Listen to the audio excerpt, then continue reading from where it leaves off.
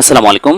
সম্মানিত বদলি প্রত্যাশী শিক্ষকবৃন্দ, আশা করছি আপনারা সবাই ভালো আছেন। আপনারা যে যেখান থেকে আজকের এই গুরুত্বপূর্ণ ভিডিওটি দেখছেন সবাইকে স্বাগত জানাচ্ছি।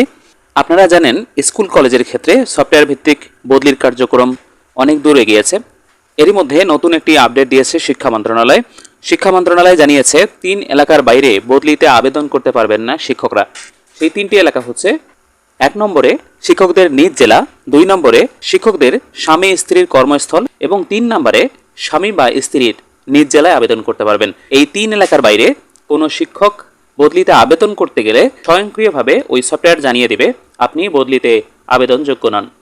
ডেইলি ক্যাম্পাসে 29 জুলাই 2026 তারিখে এই ধরনের নিউজটি শেয়ার করা হয়েছে। আপনাদের সাথে আমি এই নিউজটি তুলে ধরছি। এখানে বলছে, বেসরকারি স্কুল কলেজে কর্মরত শিক্ষকরা 3টি এলাকার বাইরে বদলির জন্য আবেদন করতে পারবেন না। নির্ধারিত এলাকার বাইরে আবেদন করতে গেলে আবেদন যোগ্য নন বলে নোটিফিকেশন দেখাবে সফটওয়্যার। বুধবার 29 জুলাই মাধ্যমিক ও উচ্চ শিক্ষা অধিদপ্তর মাউসির একটি সূত্র জানিয়েছে, শিক্ষকদের বদলি নীতিমালা অনুযায়ী নিজ জেলা, স্বামী বা স্ত্রীর নিজ জেলা এবং স্বামী বা স্ত্রীর কর্মস্থলের বাইরে অন্য কোথাও বদলি আবেদন করা যাবে না। এই এলাকাগুলোর বাইরে আবেদন নেবে না সফটওয়্যারটি সেভাবেই প্রস্তুত করা হয়েছে। নাম অপ্রকাশিত রাখার শর্তে মাউসিরা কর্মকর্তা দ্য ডেইলি ক্যাম্পাসকে বলেন, নিজ জেলা, স্পাউজের নিজ জেলা এবং স্পাউজের কর্মস্থলের বাইরে আবেদনের সুযোগ নেই। কেউ চাইলেও আবেদন করতে পারবেন না। বদলি আবেদনের জন্য শিক্ষকরা পাসওয়ার্ড পাবেন। এখানে বলছে, বেসরকারি স্কুল কলেজে কর্মরত এমপিভুক্ত শিক্ষকদের স্বয়ংক্রিয় সফটওয়্যারের মাধ্যমে বদলি আবেদন গ্রহণ করতে পুরোপুরি প্রস্তুত মাউসি। আবেদন শুরুর পূর্বে শিক্ষকদের একটি পাসওয়ার্ড দেওয়া হবে বলে জানা গেছে। এখানে প্রশ্ন হচ্ছে, পাসওয়ার্ড কি প্রত্যেক শিক্ষককে দেওয়া হবে নাকি একটি জাতীয় পাসওয়ার্ড হবে? পরবর্তীতে শিক্ষকরা নিজ নিজ আবেদনের ক্ষেত্রে একটা অ্যাকাউন্ট ক্রিয়েট করে নতুন করে পাসওয়ার্ড দেবে, নাকি প্রত্যেকটা শিক্ষা প্রতিষ্ঠান প্রধান শিক্ষা মন্ত্রণালয় থেকে একটি পাসওয়ার্ড পাবেন এবং সেই পাসওয়ার্ড ব্যবহার করে শিক্ষকরা আবেদন করবেন?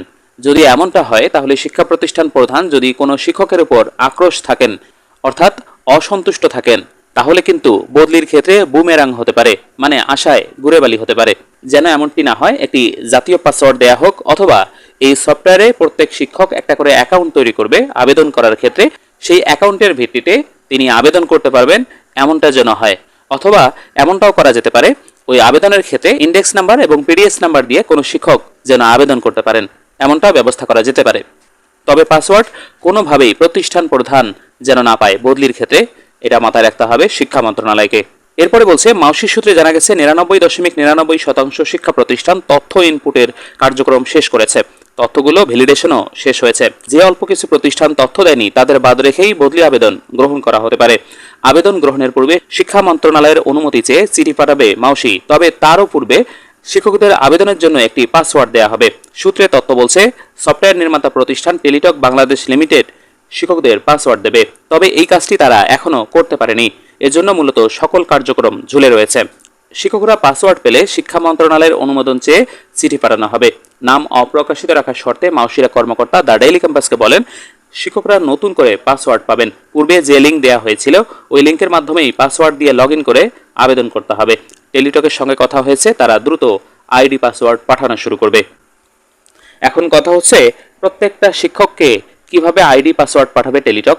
যাদের তথ্য প্রতিষ্ঠান প্রধান ওই সফটওয়্যারে ইনপুট করেছে, সেই সফটওয়্যারের মাধ্যমে প্রত্যেকের মোবাইলে আলাদা আলাদা আইডি এবং পাসওয়ার্ড পাঠানো সম্ভব। এতে বিশৃঙ্খলা হয়তোবা তৈরি হতে পারে, অথবা সফটওয়্যার জনিত কোনো ত্রুটি দেখা দিতে পারে। আমার মতে আইডি এবং পাসওয়ার্ড হিসেবে ইন্ডেক্স নাম্বার এবং পিডিএস নাম্বার ব্যবহার করে একটা শিক্ষক যদি আবেদন করতে পারেন, সেটা সবচেয়ে বেটার হয়। তবে এখানে যেমন বলা হয়েছে 99.99% শিক্ষা প্রতিষ্ঠান তথ্য ইনপুট দিয়েছে, বাকি যে 0.01% শিক্ষা প্রতিষ্ঠান তথ্য দিতে পারেনি, তাদের বিরুদ্ধে শিক্ষা মন্ত্রণালয় কোন ধরনের ব্যবস্থা নেবে? যদি এমনটা না করা হয় তাহলে শিক্ষা প্রতিষ্ঠানগুলো পরবর্তীতে তথ্য ইনপুট দেওয়ার ক্ষেত্রে অনীহা দেখাবে। কারণ শিক্ষকদের বদলির ক্ষেত্রে শিক্ষা প্রতিষ্ঠান প্রধানের স্বার্থ নিহিত নেই। যেহেতু স্বার্থ নেই, তারা বিনা স্বার্থে এই কাজটি করতে অনীহা প্রকাশ করবে। কারণ আমাদের যে শিক্ষা প্রতিষ্ঠান প্রধানরা আছেন, এনারা অনেক ভালো মানুষ, সেটা আমরা জানি। তাদের যে আচরণ, তাদের যে শিক্ষকদের প্রতি দয়া মায়া, যেরকম স্নেহ করেন তারা, এটা সোশ্যাল মিডিয়ায় গেলে খুব ভালোভাবে বুঝতে পারা যায়। প্রত্যেকটা শিক্ষক তার প্রতিষ্ঠানের প্রধান কেমন তা উগরে দেয়। এত ভালোবাসার মানুষকে শিক্ষা প্রতিষ্ঠান প্রধান সহজে তার প্রতিষ্ঠান থেকে ছাড়তে চাইবে না, যার কারণে সঠিক সময়ে তথ্য ইনপুট দিতে গড়িমসি দেখাবে। তাই এখন যারা মানে এইবারে যে সকল শিক্ষা প্রতিষ্ঠান তথ্য ইনপুট দিতে ব্যর্থ হয়েছে তাদেরকে কারণ দর্শানোর নোটিশ দেয়া হোক। এই নোটিশের উপযুক্ত জবাব না পেলে তদন্তপূর্বক তাদের প্রয়োজনীয় ব্যবস্থা গ্রহণ করা হোক। মানে তারা যে শাস্তির আওতায় পড়বেন সে শাস্তি তাদের উপর আরোপিত করা হোক। না হলে পরবর্তী সময়ে যে সকল শিক্ষা প্রতিষ্ঠান আছেন তারা তথ্য ইনপুট দিতে অনীহা দেখাবেন।